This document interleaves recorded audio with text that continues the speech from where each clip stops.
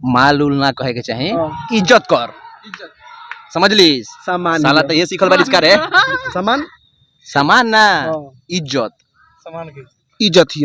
Acting बहुत तगड़ा है और डांस बहुत तगड़ा है, वो मेहनत से होता है। साला ते ना बुझबे, इतना मेहनत कइले बड़ी, कूदे ली ऊपर ले लौके ला नीचे ले, ये मेहनत है ना। केहू खूब बतियावेलिस, ते नचबे तो तोर ना हिली, हमार हिली कानी का हिली बता एकरा के बस।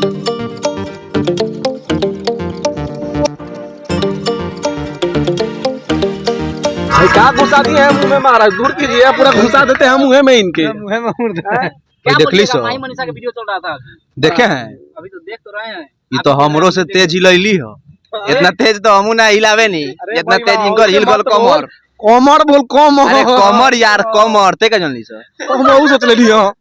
खत्म बारह नहीं, वो बात नहीं है। कमर इतना तेजी में हिलाई है ये हम लोग के गाना पे, इतना तेजी में तो हम लोग भी नहीं हिला पाते हैं, लेकिन सीखेंगे। आज जो सोचो तो नहीं हिलावे को ऊ हो, आज जो नहीं सोचत ऊ हो ना ना कमर के बात नहीं है, ये त गांधा सोचबे कर ली, बुझलिस, उहे बात कहनी हम। सब ठीक बा, आ ऑडियंस उहे सोचत हम का कर सकत नहीं। एक आदमी को तो बड़ी खतरनाक काती तो बा, ऊ तो माल बहुत मस्त है। जानता लोग क्या मतलब, क्या बोलिएगा आप लोग, इनके जो सवाल जवाब दिए उन पे जरूर कमेंट करके बताइएगा। देखिए ये जो है, जो नाची है, हम लोग के लिए नाचती है ना, हम लोगों के लिए ना। हम लोग बोलाते हैं आओ हमार भैया भतीजा के छोटियार बाप नाच, त आई हो ना, नची हो ना, कमर केसरे जसी लई हो, त का ही मालूम नहीं है, एक दूसर ही माल समझ सोच संग ना चलो, कमर धक ना चला सन हम सन के तेना ना चली। माल उल ना कहे के चाहे, इज्जत कर, समझ ली। साला तो ये सीखल बारिश का रे, सामान ना इज्जत, इज्जत ही। बहुत अच्छा एक्टर है,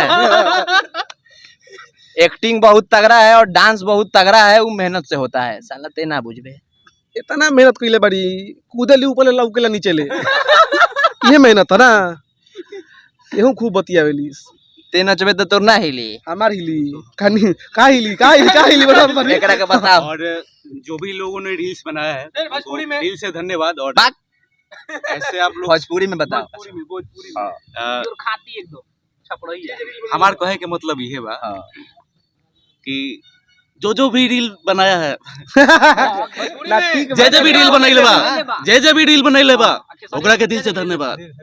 ऐसे ही तगड़ा रील बनावत रही लोग, अब भाई के पूरा हिलावत रही लोग। हमनी के अच्छा बा, अरे भाई मनीषा जी रील बनैले बड़ी हुआ, अब भाई के हिलावत रहियो लो, होय देख लेला नु। अरे भाई बड़का बात बोल दरली तो, सनी बाबा जी रील बनैनी है, वो भी अच्छा लागल। ऊपर से हमनी के बहुत दिल से अच्छा बा, चाहतनी सन की खेसारी भैया एगो ठुमका मारोस, खेसारी भैया गाना पर रील कमलो भैया ठुमका मारोस, ठीक बा।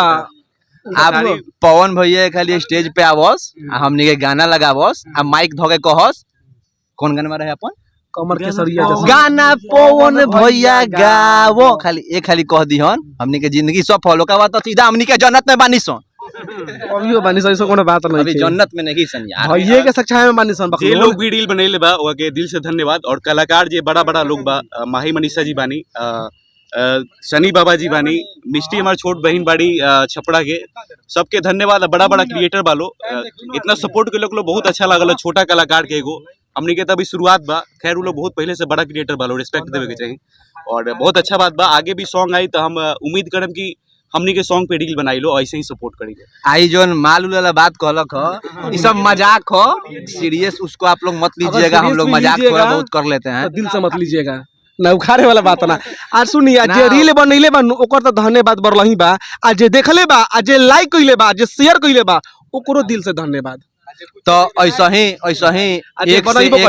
ही एक से एक गाना आई, ऐसा ही खाली बनावत रही, आ हिलावत रही, आ डालत रही, अब वायरल करावत रही, हमनियों के धोले। हमनी के बात कोनो बुरा मत मान लोग, हमनी के हंसावे खातिर बोलनी हसन, रोवा खातिर, ठीक बा।